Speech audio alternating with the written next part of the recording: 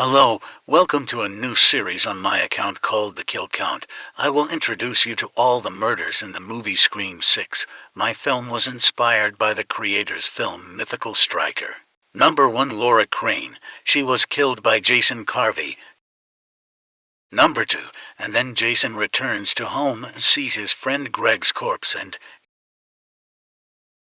Number 3, Jason is killed by Ghostface. Number 4, Number 5, and Number 6. Then we see Sam and Tara running away from Ghostface to the bodega store and to Shopper and the owner are killed by Ghostface.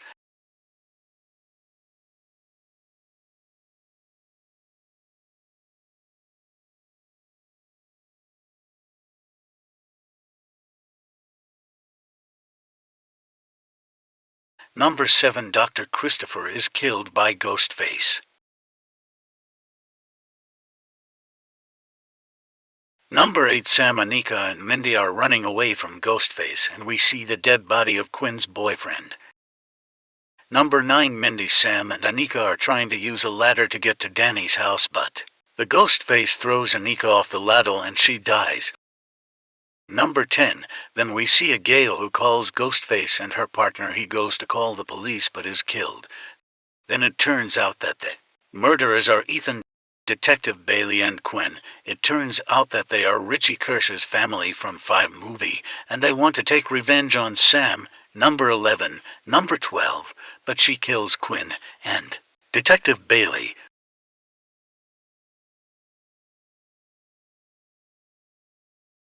Number 13, and towards the end, Kirby drops the TV on Ethan, and we have the last death in the movie.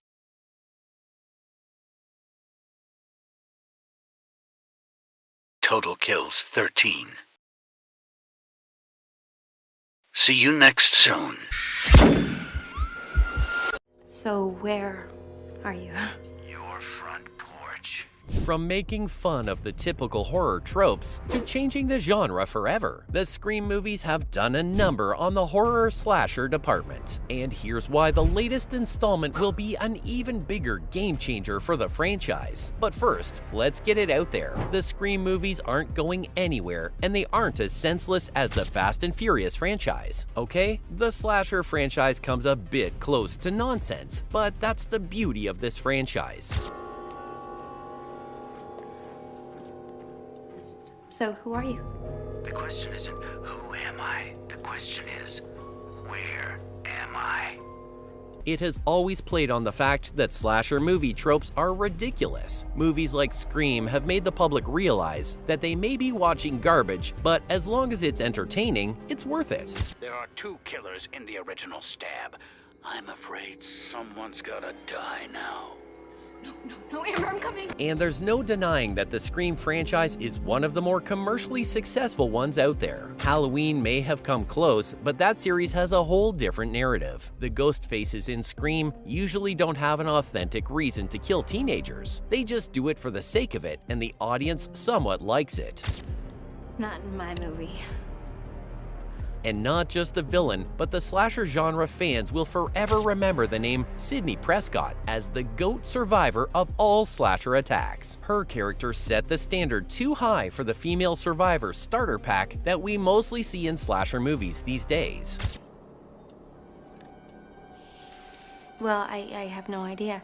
But kudos to the franchise for keeping it fresh, even after an awfully long hiatus. The success of Scream 5 in theaters immediately led to greenlighting another sequel, and Scream 6 will mark the first time Neve Campbell won't be returning as her titular character. And according to the franchise's creator, it will only continue to grow even after the 6th installment. The creator of the original Scream movie thinks that there's still opportunity for the franchise to continue, and Kevin Williamson isn't wrong. He may not have thought about it at the beginning, but the franchise followed a certain formula that's been surprisingly successful, even today. Well, the slasher genre has become highly saturated, with any XYZ crook with a knife or a saw lurking around every corner. To Kevin, the thing that sets the Scream franchise apart is the surprise element. In other successful slasher movies like Halloween and Friday the 13th, everyone knows it's either going to be Jason or Michael or Freddy, and they're pretty much much the same character in all those stories. Well, I have no idea how Michael survived gunshots and stab wounds, but he always comes back as himself, and Kevin thinks that's exactly why the franchise will thrive in the future, because no one Ghostface is the same person. Every sequel had one or two different killers behind the mask, and that keeps the audience on edge. You'll have a Sidney Prescott joining in at the last moment, but you can never tell who's behind the mask. Every Ghostface has a different motive and a different cringy slasher trope to satisfy. As per Williamson, that last twist is always a game changer, and that's how they can keep the franchise alive. I personally would have disagreed, but Scream 5's success tells that people want more. Speaking of which, the iconic Ghostface character will undergo some major changes in the upcoming sequel. But will the audience accept this new phase of the franchise? This isn't Marvel we're talking about, and even if the franchise does make some changes to the iconic killer, it might come as something refreshing to the fans. Scream 6 will definitely be the turning point for the slasher series for several reasons. Sidney will no longer be the final girl, which means that the audience can expect almost anything. There's no guaranteeing who will survive the upcoming onslaught. Ghostface could be anyone who is obsessed with horror movies to a point where they kill to prove their point. But in Scream 2022, we saw Melissa Barrera's Sam Carpenter emerging as the new final girl, and her character could throw the franchise in a whole new direction. Scream 6 could finally come out of the Sidney Prescott arc and continue from there with another 6 movies. From the trailer, I'm pretty sure that the slasher movie isn't in the same territory. Ghostface has decided to expand their boundaries all the way to New York. This means that there won't be any past associations with anyone in Woodsboro. The pool of potential suspects would be infinite in a city like New York, which means that the killer might be hitting a jackpot here. But most of all, I'm more interested in how Sam's character's arc fits in the New York narrative. Sam Carpenter emerged as the new survivor and heroine of the Scream franchise, and Scream 6's trailer marks her return, which leads us to imagine the importance of her role moving forward. Sam is Sidney Prescott's old boyfriend's daughter, and she sort of personally received the torch from the final girl herself. It seems that the franchise is hinting to great significance her character might have now. Scream 6's new poster has New York City's subway map in the shape of Ghostface's mask. Each stop hints to a past or present character, but Sam Carpenter's name is visibly large and all routes lead to her. It looks like she's Ghostface's main target, and they may be setting up everything just to get her to the right point. But what is she doing so far away from Woodsboro? That too in New York. Some crazy fan theory suggests that she could be the actual killer, and that could be the franchise's ultimate twist. But it seems like it's been done too many times. But even then, doing it too many times is what has kept the Scream movies floating. They do the same thing with different characters, and it just seems to tick with the audience. And I think it's about time too, especially with Sidney getting old. How long will she keep this up?